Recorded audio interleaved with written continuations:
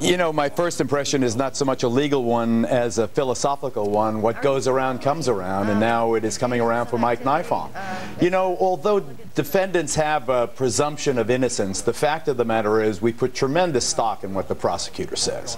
If the prosecutor says someone has raped someone or sexually assaulted someone, as they ultimately reduce the charges in this case, then you pretty much feel that the prosecution has it right, because the prosecution wouldn't lie. They don't have a vested interest in seeing defendants wrongfully convicted. But in this case, it really does seem as if this guy had a chip on his shoulder. He was going to do almost anything he had to do to see that these young men had their lives destroyed and served time behind bars on very, or at least got it to the jury in a way that was not honest. The evidence that he accumulated was not honest. He was going to present a dishonest case to the jury.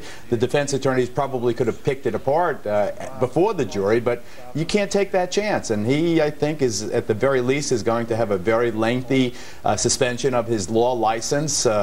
He may be disbarred today. I don't know if it's if it will get to be that harsh, but I also feel, and Gregg Jarrett can, a fellow ex-defense attorney, can opine on this, but I think that Mike Nifong has problems with the district attorney that takes his place. He may be charged with perjury. He may be charged with other violations of his oath of office. He may go to jail himself. He could be sued civilly as well by these players. Absolutely. Greg, the thing that really shocks me is you can be disbarred for 5 years and you can reapply for your license. Do they ever approve those? Occasionally they do.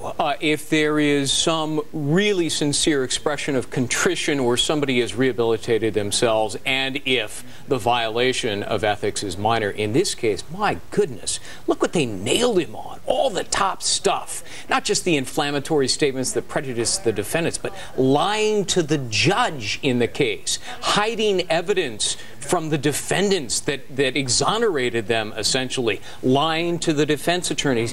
You don't get out from under that in 5 years. I mean, this guy, Nifong, is going to be disbarred. I guarantee it. There is no way on God's green earth that he is going to survive this with either a censure or a suspension. He's going down, and Geraldo's right. He's got to be deeply concerned about staying out of an orange jumpsuit and being behind bars. The defense attorneys for these former defendants want blood. They're going to court next week. They're going to ask the trial court judge in this case, who still has, to some extent, jurisdiction.